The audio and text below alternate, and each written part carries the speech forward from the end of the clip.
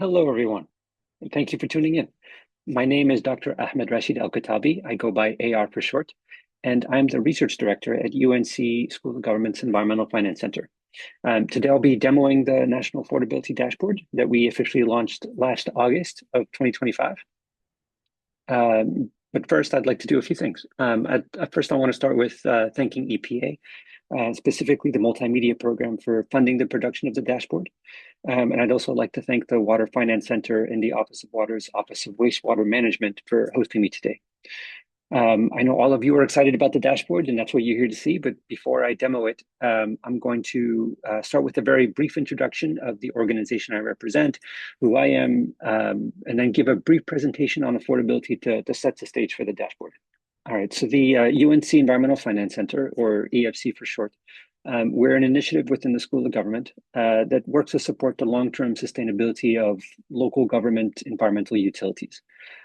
We exclusively focus on water, wastewater, and stormwater utilities, and we work to strengthen financial, managerial, and technical capacity at the local level, with a heavy emphasis on the financial aspect of that. We do a lot of different things. Our activities include direct technical assistance to local governments. We do a lot of applied research, a lot of data collection, analysis. We develop a lot of financial tools and public-facing dashboards, like the affordability dashboard that I'll be demoing later today. But across all of our work, our mission and our goal is to equip local government officials and utility managers with practical, evidence-based resources to make informed decisions. Personally, I am an interdisciplinary researcher, applied researcher focused on data-driven approaches to thinking about some of the issues in the urban planning, water system, and public policy space. One of my core research areas is water affordability, where I explore different ways to think about how utilities can balance their goals of providing equitable access while supporting sustainable system operations. Like I mentioned, we're nested within the School of Government, so we operate consistent with the School of Government's mission. We are nonpartisan, non-advocacy, and policy neutral. So our role is not to provide or promote any policy or any particular policy position, but rather to provide data, analysis, and technical support to enable better informed decision making at the local level. So as I mentioned earlier, before I get to the dashboard itself, I'm going to give a brief presentation to set the stage a bit. As part of this presentation, I'm going to start with some background about why water affordability matters, provide some trends or some insight into trends that we're seeing using data from North Carolina, and then talk about some of the ways that we measure and quantify affordability. And after that, I'll demo the dashboard and leave some time, of course, for Q&A at the end. All right, so water affordability refers to the ability of households to pay for water and wastewater services without experiencing financial hardship. For utilities, this is not really a social issue, though it may be, but it really, the affordability concern really directly affects long-term system sustainability. So when rates rise fast, especially faster than household incomes, you're going to have customers that struggle to pay their bills, and this can lead to higher delinquency rates, increased bad debt, and in some cases, extreme cases perhaps, service disconnections. But if too many people can't afford to pay, this can weaken revenue stability and make financial planning a lot more uncertain. So what I mean by this is if customers can't pay, utilities won't be able to collect revenue, and revenue stability and reliability is foundational to maintaining infrastructure, meeting regulatory requirements, and accessing capital markets. So there's a real business case for caring about affordability. So as you can see on the slide, when folks have tried to benchmark utility costs, starting in 1980, water and sewer rates have risen faster than any major public utility. So affordability may be a concern in other spaces, but it really is a concern in the water space. So what's driving this trend? well, several factors, and several factors that I would say are converging, right? You've got deferred maintenance. In today's world, it's a lot of deferred maintenance from decades of underinvestment that is now coming due. You always have regulatory requirements coming out. And so now in today's world, it's PFAS is probably one of the bigger ones.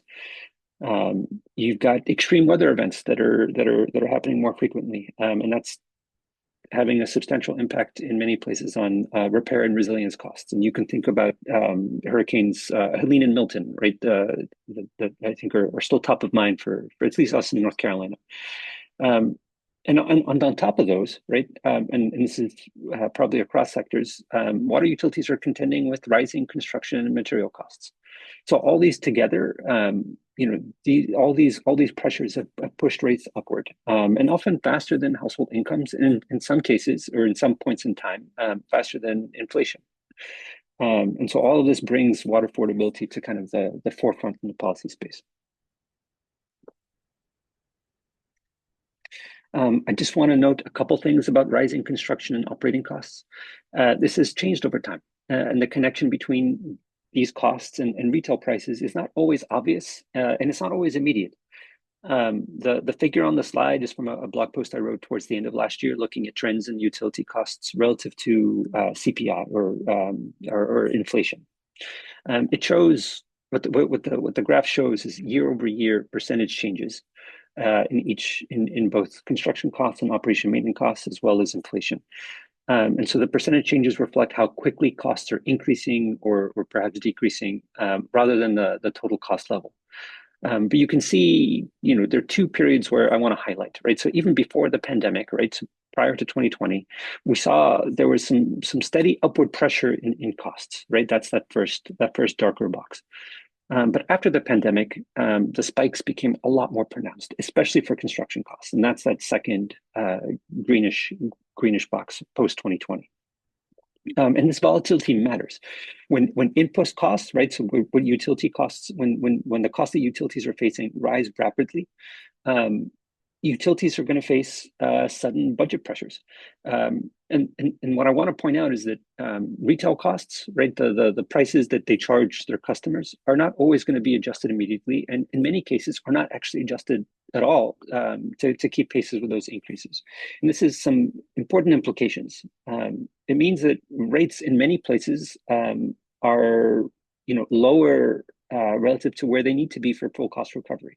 And while you may think, or some people may think, that low prices are quote unquote good for affordability, it probably is in the short term, but in the long term, it can undermine utilities' financial health and affordability. And I'll explain a little bit more. So if rates are lower than they should be, then revenues are going to be insufficient to cover costs. This means that utilities may defer maintenance and postpone critical investments, which in turn will amplify system vulnerabilities and increase future repair costs. And this will threaten long-term reliability of the system. So all of this are going to mean basically even higher future rates. So in other words, deferred maintenance today translates into amplified pain tomorrow. This creates a fundamental tension. Rates have to increase or keep up with costs to maintain financial health. Yet higher rates could place additional strain on households, especially those that are already financially struggling. So addressing this challenge, it's going to require a careful balance between those two considerations. And utilities have to plan for sustainable, predictable rate paths, while also thinking about ways to keep things affordable. So maybe things like target assistance programs or rate structures that protect low and moderate income households. So understanding this picture and trends and dynamics, it's going to require data, right? And so the EFC, where we've been collecting data on rates for quite a while. We routinely develop state level dashboards that track the cost of water and wastewater services across utilities in different states.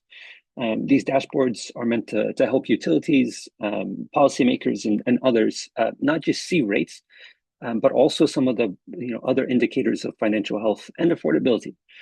So we systematically collect, when we do a dashboard in a particular state, we systematically collect and visualize this information.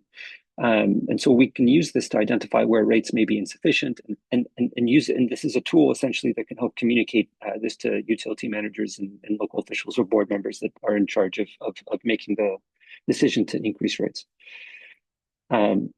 So these efforts are, I just want to point out that, these dashboards are typically funded by state agencies, though other groups have funded these dashboards as well. As part of when we do a dashboard, we don't just collect rate data. Like I mentioned, we gather or we collect other key financial information. And I just want to point out, on the homepage or on the front page of a dashboard, we have 4 primary dials that can help really quickly assess the financial health and long-term sustainability of the system. But I'll point out 3 of them. The dashboard is so you can quickly look up a utility and immediately see how the residential bill for a particular place compares to other peer utilities in that first top left dial. The bottom left dial provides an indicator of overall financial health, and then the bottom right dial specifically focuses on affordability. Traditionally, we've used median household income, which I'll talk about a bit more in detail in a few slides. But we've recently launched a newer platform, and that's the screenshot you're seeing there, on a new interface. And we've begun incorporating newer metrics on the dashboard. So we started with incorporating 20th percentile income. But we plan to include at least one more in the near future. To date, we've worked in approximately 25 states, but in some cases,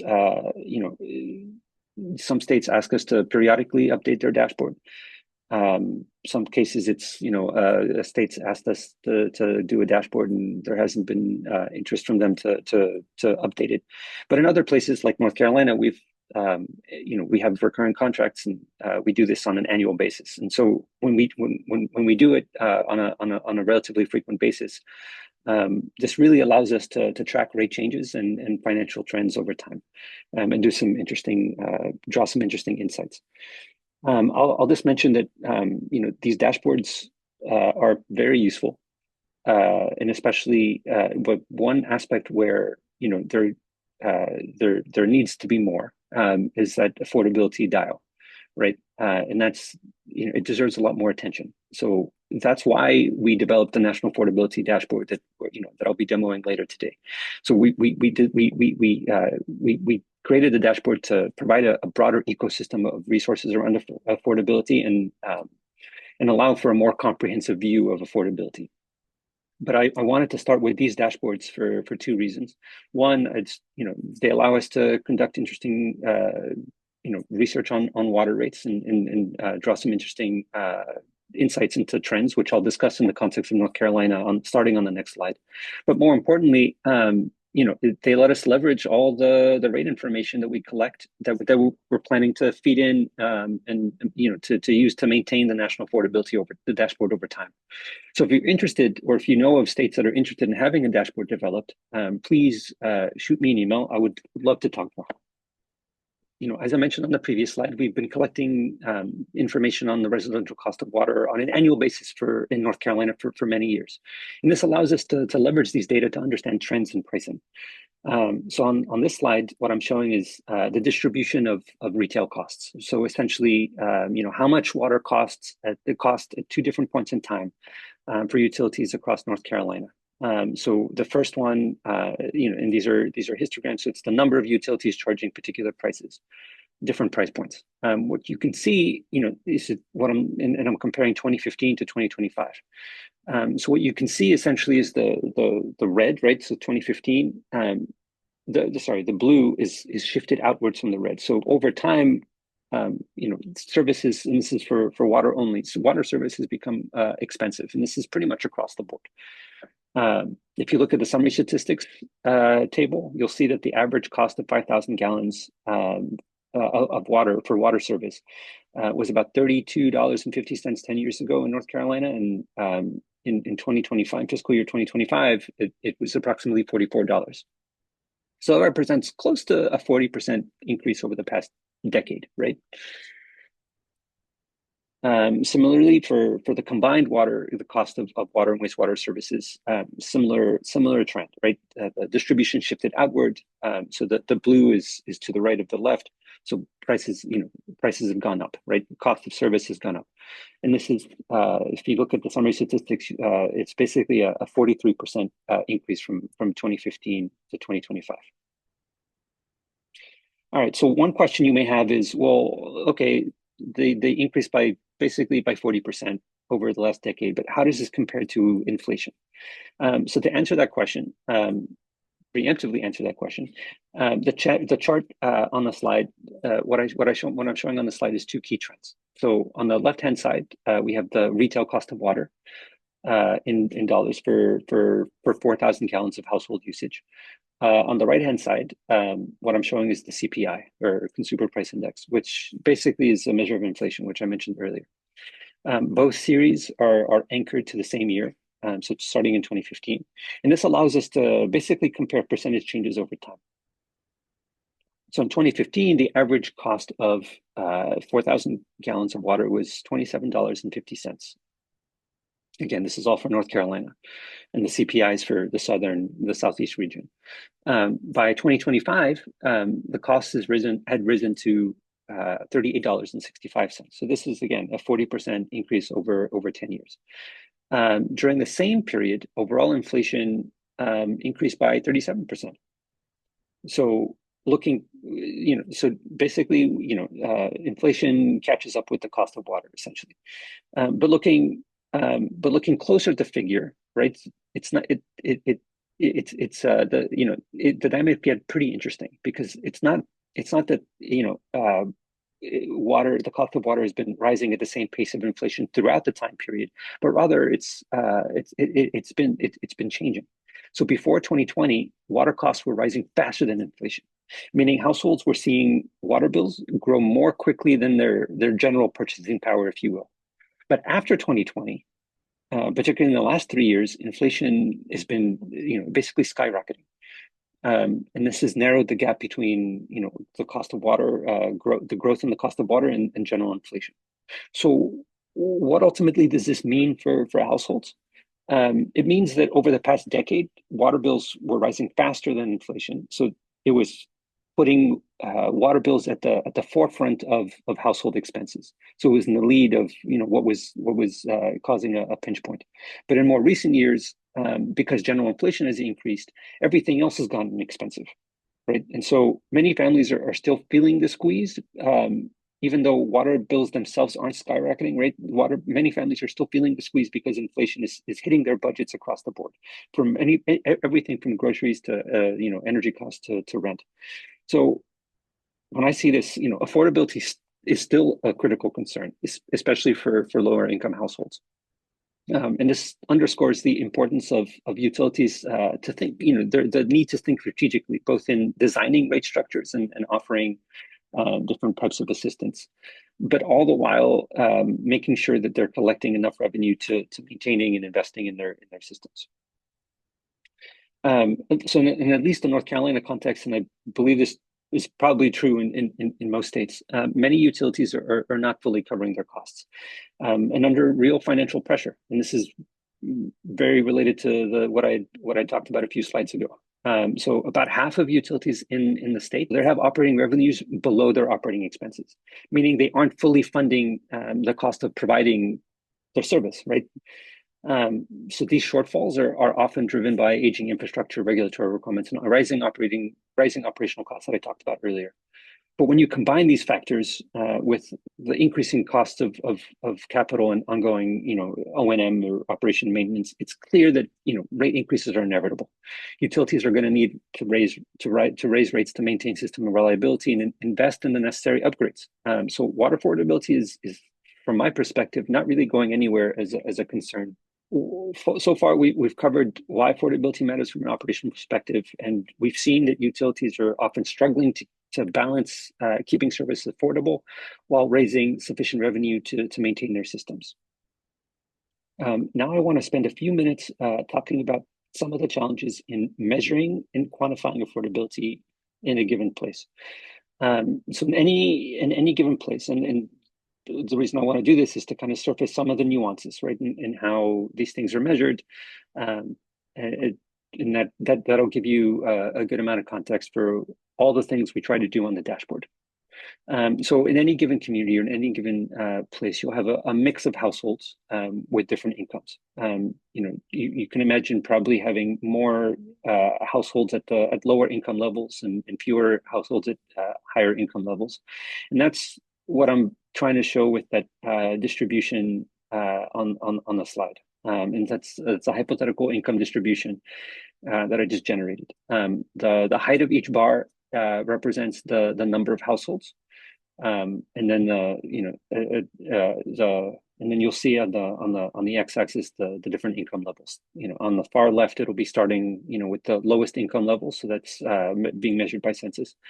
That's between 0 and 10,000, and then on the far left, you can the income levels go into the hundreds of thousands on the far right.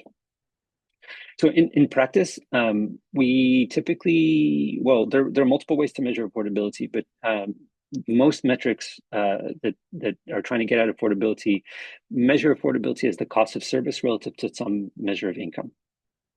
That is the cost of service divided by household income. That sounds straightforward, but it gets more complicated when you start asking questions. So one question that can come up is, what amount of service or usage should we assess affordability at? For example, if you could think of, okay, well, let's say 10,000 gallons per month. Well, 10,000 gallons per month is probably far too high for a typical single family household. So measuring affordability at that level may not make sense, right? I would say there's no right answer. If you look at what folks have done, it's anywhere between 2,000 to 5,000 or 6,000. I think I've seen is the maximum. But communities can define this themselves. But I think it's going to depend on how folks think about the minimum of amount of water needed for basic needs, and you can think of it depending on a few different things like household size, appliance efficiency, or some other factors.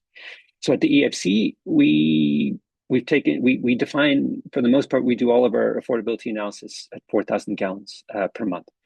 And I'll tell you where we get that number from, or how we got there. So there's a standard estimate out there for indoor basic needs, and that's around 50 gallons per person per day, or people often abbreviate that to GPCD. So if you think about how many people are typically in a house, you can look this up on census, but there's approximately 2.5 people, let's say, in a given household. And so if you take those two, right, 50 gallons per capita per person per day, and 2.5 people in a house, in a household, that comes out to approximately 3,700 gallons per month. And then we basically round that up to 4,000 to account for, well, maybe it's a little bit more, maybe there's, just to take into account that there's some, it's not exact. But when we do this, it provides a consistent and practical benchmark for assessing affordability across households. All right, so now we talked about the numerator. The next part, so the denominator, or deciding which income threshold to use, this is where I think things start to get pretty tricky. I'm going to walk you through 3 common ways to represent income and what each of those 3 ways imply. Historically, most entities, including the EFC, have calculated affordability and represented affordability using a community's median household income, or MHI for short.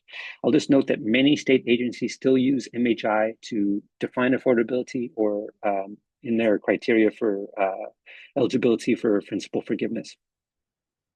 MHI essentially represents the income of a quote-unquote typical household, and what I mean by that is, half of all households in a particular community would earn more, and half would earn less. So on the hypothetical distribution that I have on the slide, this would be represented by the green line. One of the big challenges with MHI is that it doesn't necessarily capture the households that need assistance. So on the hypothetical distribution that I have on the slide, the median household income is probably capturing all households that need assistance. But in many cases, median household income is much higher. And this is especially true in places with high income inequality. And so if in those cases, which are often, it's, probably the more common case, using this would probably mask the struggles of lower income households. So to address this, many scholars, many practitioners have recommended using income at the 20th percentile instead. And the 20th percentile income is very similar to the median, except you wouldn't be looking at the middle of the distribution, but you would be looking at the point where 20% of households would earn less and 80% of households would earn more. So on the hypothetical distribution that I have on the screen, it would be the blue line. So the idea is behind using the 20th percentile income is that it would better reflect the income of households more likely to need help. I just want to point out that it still depends on the community's income distribution. And in some cases, the 20th percentile income could be higher than expected, right? So it's very similar to what I talked about with median household income. And there are certainly places in North Carolina with pretty high 20th percentile incomes, and other places as well. And in other cases, the 20th percentile income could be a lot lower, and not necessarily capture everyone who needs help. So it could miss households that are truly in need. So I do want to point out one that another option, and that's using the federal poverty level as a baseline. So it's, as opposed to the first two that are kind of rooted in a particular community, the federal poverty level, or the FPL, would be kind of a standard number to use. Or standardized number to use. And this is the threshold that is most often used by the federal government to determine eligibility for assistance. What's useful about the FPL is that it's not distribution dependent, and it puts the emphasis directly on poverty. It does have its own limitations, right? The underlying methodology hasn't been updated in decades. So if you just use what they recommend is the 100% of the federal poverty or the FPL, you may undercount households that need assistance in many communities. That said, they provide a table of different adjustments, so you can use different percentages of the FPL, and you can do that in different contexts. But you can use the percentage of the federal poverty level as essentially the question of, if you take a poor household, what would they pay? Would a poor household be able to afford service in this particular place? And it makes comparisons across utilities a lot easier versus if you use something that's distribution dependent. That's very, those kinds of comparisons are very hard to make. I think many people assume that the 20th percentile income and the federal poverty level are in some ways the same thing, or at least represent the same thing, or maybe line up. But the example distribution that I have on the slide is meant to show that that's not always the case. It really depends on the income mix within in a particular community. I'm not saying that any one of these measures is wrong, right? All of them are valid, but each of them has their trade-offs. Each of them are going to have different implications for how we measure what the outcome is going to be, and also how many people are going to be in need of assistance. And I just to drive this home a little bit more, this slide has 4 different hypothetical income distributions, and each of them have a different median household income and a different 20th percentile income. And the red are the households that are that would be covered, that would be under the federal poverty level. Each of the 4 different distributions really shows how the choice of income measure that you could use significantly affect how we measure affordability and how we assess affordability. The same percentage of income for water could be very different depending on the local income distribution. Okay, so now we understand why affordability is important, and we've talked about the pros and cons of the different ways to measure it. So let's briefly look at the options that water utilities have at their disposal to address affordability, and then we'll move on to demoing the dashboard. So utilities in general have two main levers, right? They can address affordability either through their rate structures or through a customer assistance program. Um, I'll start with the rate structures. So utilities have a few different approaches that they can use, right? So some utilities can try to, a lot of utilities can try to keep rates artificially low to make water more affordable. This is pretty common, and like I talked about, is not the right approach because utilities are still going to need to generate enough revenue to cover their costs, right? And so again, deferred maintenance is it's amplified pain later on. One viable approach is to use something called block pricing, which is actually pretty common. It's a tiered or graduated rate structure. So the first block of water is priced low, and subsequent blocks are charged at higher rates. So very similar to how the tax brackets work. Utilities can have multiple tiers. I've seen lowest for a tier would be for an increasing block would be 2. But I've seen up to many more. I'll just mention in general, there are different kinds of block pricing, but increasing block would be the one that I'm referring to here. So utilities can also embed an allowance into their rate structure, essentially providing a baseline volume of water, quote unquote, for free. It's not really free, but it maybe can be marketed that way, but it's a certain baseline amount of water that's provided with the monthly base charge. And beyond that allowance, right, usage is priced for cost recovery. And so North Carolina, the median amount when a utility does offer an allowance, it usually is around 2,000, although I've seen less and I've seen more. One important note, so just in terms of considering these options for rate structure, local context is going to matter, or state rules are going to matter, right? So in North Carolina, utilities aren't allowed to treat customers within a customer class differently, right? What this means is that so everyone in a particular customer class is going to face the same rate structure, or if you have an allowance, everyone in that rate structure, that customer class is going to get the allowance. You can't give the allowance to some folks and not to other folks. So you can't create a separate rate for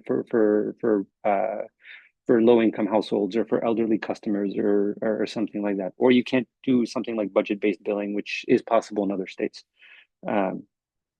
So states have different rules. Context really matters.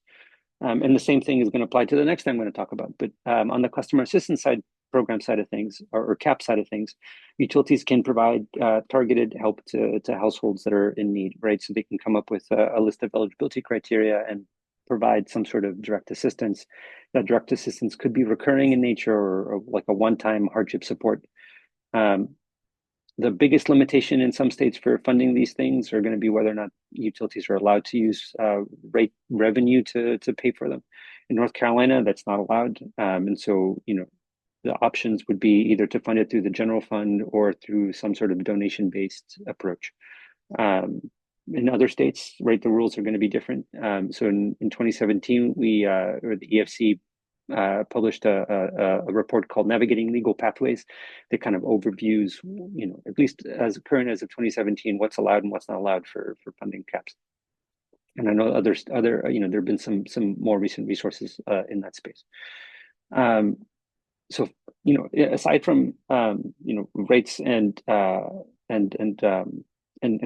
caps, there's one that's not on the slide. There's an option that's not on the slide, and that's utilities can promote water efficiency policies to help households lower their bills. So something like a leak reduction program, or in some cases, if it's allowed, right, appliance rebates or offer conservation incentives. What this looks like, again, right, and this applies to everything I just talked about. It's really going to depend on local context, state regulations, and the utilities authority to do different things. All right. So on that note, I think we're ready to dive into the dashboard. So I'm going to click on this, and then we'll start the demo. All right. So you should be able to see my screen now. What you're seeing on the screen is a landing page. The landing page has a few different things on it. It's got different ways to get to the different pages. and that's either the top or the different buttons. But you also have a map in front of you, and the map basically gives you a sense of what to expect from the dashboard, at least up front, right? So we've got information for 7,634 utilities from across the country. And to my knowledge, this is the largest repository, public repository of rates in the US. We collected, we got to this number through a two-pronged approach. The first is where we could, we leveraged information that we already collected from our other dashboards, other rate dashboards that I talked about earlier in the presentation. Those are the states in green. So that's everything that we produced since 2020. So still useful, still recent enough to be useful. The ones in yellow are either states where we never created a dashboard or where we created a dashboard, but it's prior to 2020. And you can click on each of these and it'll give you the information on how many utilities, if there was a dashboard, when it was created, et cetera.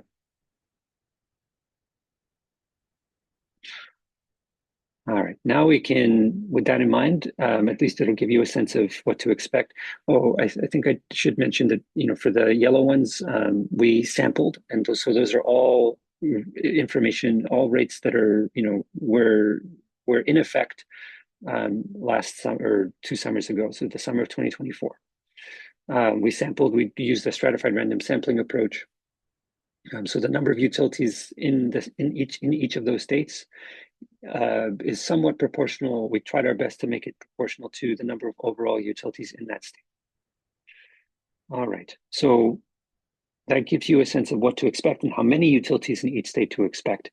So now we can move on to our first page, which is the cost of services page. And this basically lets you do some of the benchmarking that you could do in the affordability dashboard, in the rates dashboard, just in a slightly different context and different emphasis. So I'm just going to go with the default. So we're going to look at a host key. So you can select whatever utility you want to, but you can select the service for that utility. So either it's water, if it has sewer, and if it's combined, you can look at both of those. The default's 2,000, but given our conversations earlier, I'm going to change it to 4,000. So you can see, what the utility is charging relative to the rest of the state, right? So the median amount that is being charged across the state. The defaults to the state, but you can choose to compare it nationally, and you can see this is a bit funky, just because there are some utilities with really high costs, but there are not that many of them, so we can exclude extreme values, and that's essentially just removing the top 1%. And that just helps us really focus on what we actually care about.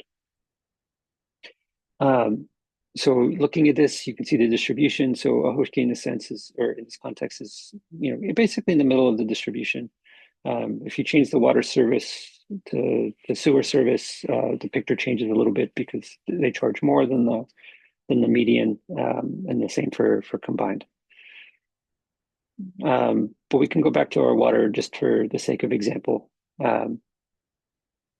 So right below the figure, you can see some useful information. So this is the cost of water for the threshold that you selected, the number of utilities being compared. So right now it's 7,376, but if you check the state, right, it's the number will go down. It'll tell you when the rate was last, when it went into effect.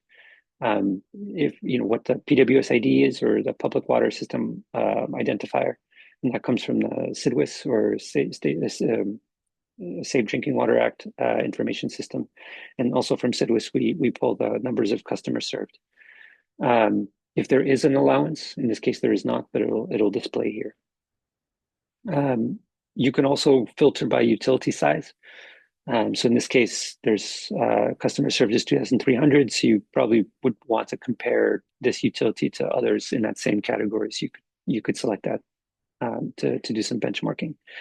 The map that you're seeing here is taking the annualized cost for the threshold that you selected, so in our case 4,000 gallons, and dividing it by some percentage of federal poverty level. It defaults to 100%, although if you want it to be higher or lower, you can certainly change that, and you can also select a different family size. Either way, it will adjust. It'll show you right here what that in terms of dollars is, and then update the map accordingly. The utility selected, you can kind of see it here. It's going to have a blue outline, but you can zoom in using this button. And so you can, pan around, zoom. You can click on the map, and that'll give you some information, and it'll tell you what percentage of the federal poverty level, in case the legend isn't particularly clear. One thing I'll mention is that you can download all the information on the cost of water for all the utilities that we have information for just by clicking this button right here. All right, so now navigating to the affordability simulator page, we can basically dig a little deeper. So I'm going to stick with our Ahoshki example. So I'm going to select the Ahoshki.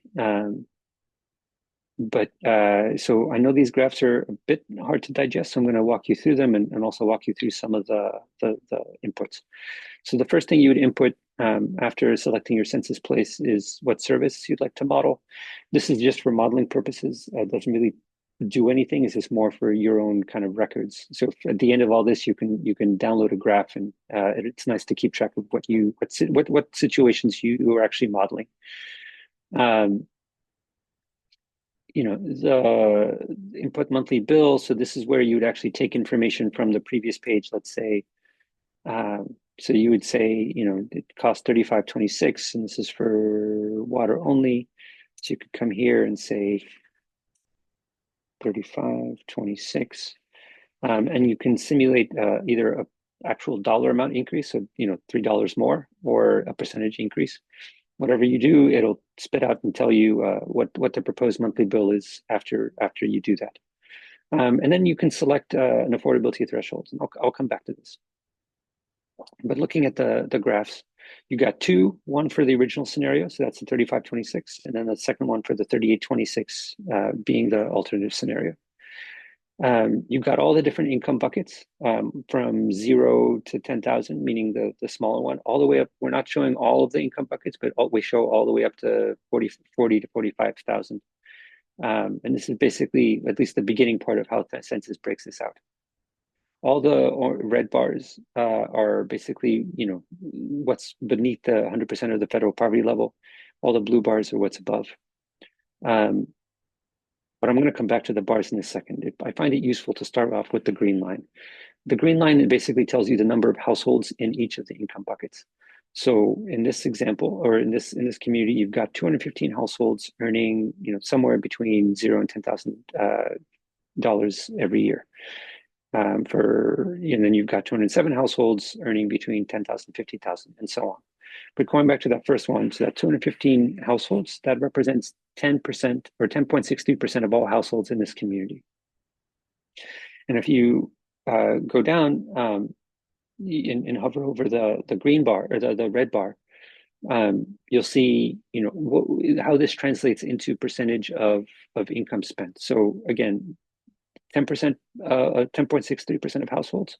So 10.63% of households spend approximately 8.5% of their annual income on water services, right? So the bars reference the x-axis, the y-axis on the left, and then the green lines represent or reference the numbers on the left. So you've got all the different information for the different income buckets. Now, coming back to this line over here, right? So that controls this red dash line.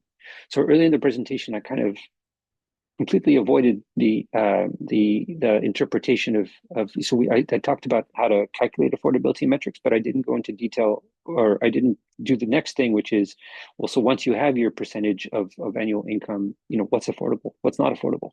I didn't go into that, and I avoided it, namely because I don't necessarily know what those thresholds should be. There are some rules of thumb out there, and we use those rules of thumb as starting values. So 2.5% of annual income for water and 2% for sewer service. But again, these are starting values. So I don't think these should be taken as definitive values. So you can define what those are for your particular community. But if you increase that, let's say you think anything above 4.5 is unaffordable, but everything for water below 5% should be considered affordable. Okay, that's fine. you can do that. You can select whatever threshold you think is appropriate. But either way, it'll control this red dashed line, and you can see basically which income bucket is having difficulty paying their bills, right? So I'm gonna, just for the sake of example, just put it at 3.5%. So under the original scenario or the status quo, you've got, just the first income bucket that is having difficulty. So they're paying 8.5% of their annual income on water service, but all the other income buckets are spending below what we just deem to be affordable or unaffordable. But on the alternative scenario, right? So if we increase rates by $3, now we've got some households in the second bucket that are finding that are going to be over that threshold of 3.5%. Just kind of like getting a sense of, okay, well, let's say we actually wanted to do something about this and stand up a customer assistance program to pay for the unaffordable portions of the bill. How much would it cost, right? That's a question that has come up and has been asked to me in many instances. So we did some back of the envelope calculations to just get a quick and dirty estimate of what that would be. So in this case, you've got 215 households. So just the number of households in this first income bucket, and they've got bills greater than this 3.5% threshold that we determined as our affordability threshold. So at 35.26, it would cost around $53,345 to cover the unaffordable portion of the bills. Coming down to the alternative scenario, basically same thing, except now we've got more households because now we've got the second income bucket with households that are now finding paying more of their income than the affordability threshold that we just specified. So it would cost more at this higher monthly bill amount. Okay. Cool. So scrolling down, we've got some other useful information. We've got some socioeconomic indicators for the community that is selected, which is represented by this first column. And then you've got the state reference numbers as the second column. Anything that basically is, quote unquote, worse than the state, it would be in red. Everything that's quote unquote better than the state would be in green. So, median household income numbers or the 20th percentile numbers, if those are lower than the state, then they're in red. If they're higher, then they're in green.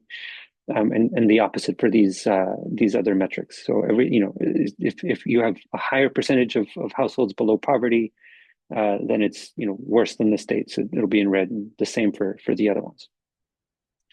The only other thing on this page that is particularly interesting is another use of another affordability metric, right? So on the previous page, I had percentage of federal poverty level. Now I'm using 20th percentile income, but I'm doing it at a very localized level. So a utility can look themselves up, look at their service areas, and look at what part of their service areas might there be an affordability concern. Right. And you can hover over the different block groups and you can see, okay, well, here's the 20th percentile income, here's the median income. So if I were to compare the percentage of income spent at the 20th percentile income versus the 20% versus before the increase and after the price increase, right, that you were modeling, you can kind of see what that would be. And then I'll just say that the legend here is as a function of whatever threshold you pick. So if you pick a lower threshold, the map is going to update and you'll have a different threshold show up here, right? Okay, cool. Moving on, so we talked about standing up a customer assistance program or maybe an interest in doing so. So if there is one, and you're a utility that wants to see what other utilities in your state have done, we've also sampled utilities in all states. Again, not a full representation in all states, but a sampling of in all states. I think we did around 50 in each state. We looked at in each state. We randomly picked 50 and looked in to see whether or not they had anything. A lot of them didn't have anything, so there's a lot of null entries. But looking at North Carolina, you've got, you can, if you're, sticking to our example, so we picked a Hoshki, and Hoshki's got 200, no, sorry, 202,300 customers. So we're going to scroll here. And if I wanted to, this is now comparing it to all utilities in the state that we found something. But let's say if we're that small utility, we would probably want to look at other smaller utilities to see what they're doing. And so you can, this will now filter just to look at those. And, so for every utility, so now right now I'm selected to Conway. So you can look down, you can scroll down and see, oh, what's the name of the utility? What's the name of the program? What type of assistance? And any eligibility requirements we were able to discern, and any level of assistance we were able to discern. It's, again, very hard to get information on some of these programs. So this is to the best of our knowledge. And if you wanted to select another utility, you could do that.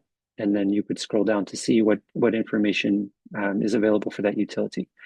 A couple of things. I'll just mention that our database builds off of a prior database from Washington, built by researchers at Washington State.